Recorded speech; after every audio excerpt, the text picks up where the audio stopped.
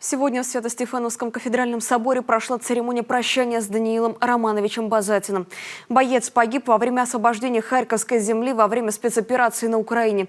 Родом из Диосерия Усть-Колымского района, с 1 по 10 класс учился в родном поселке, затем уехал в Сыктывкар, чтобы продолжить обучение в 11 классе. Поступил в СГУ имени Петерима Сорокина, а после завершения обучения был призван на службу в ряды российской армии. На Украину отправился по контракту механиком-водителем танкового взвода. Даниил выполнил свой человеческий, свой гражданский, свой воинский долг с честью. Защитил нашу землю от фашистского режима Киева, защитил наших сограждан, наш братский народ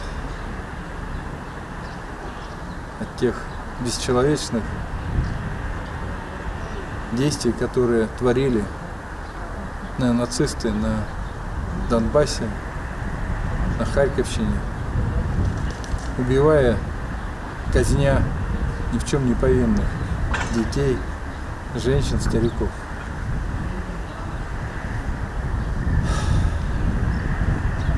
80 лет назад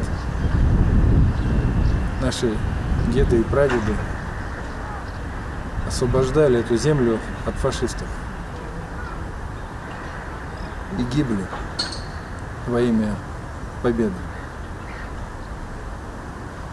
К сожалению, сегодня, по прошествии 80-летий, наши ребята погибают.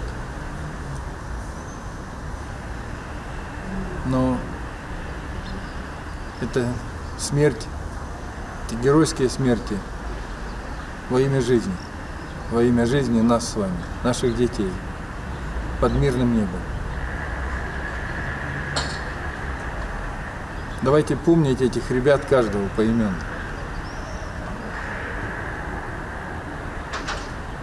И рассказывать нашим детям,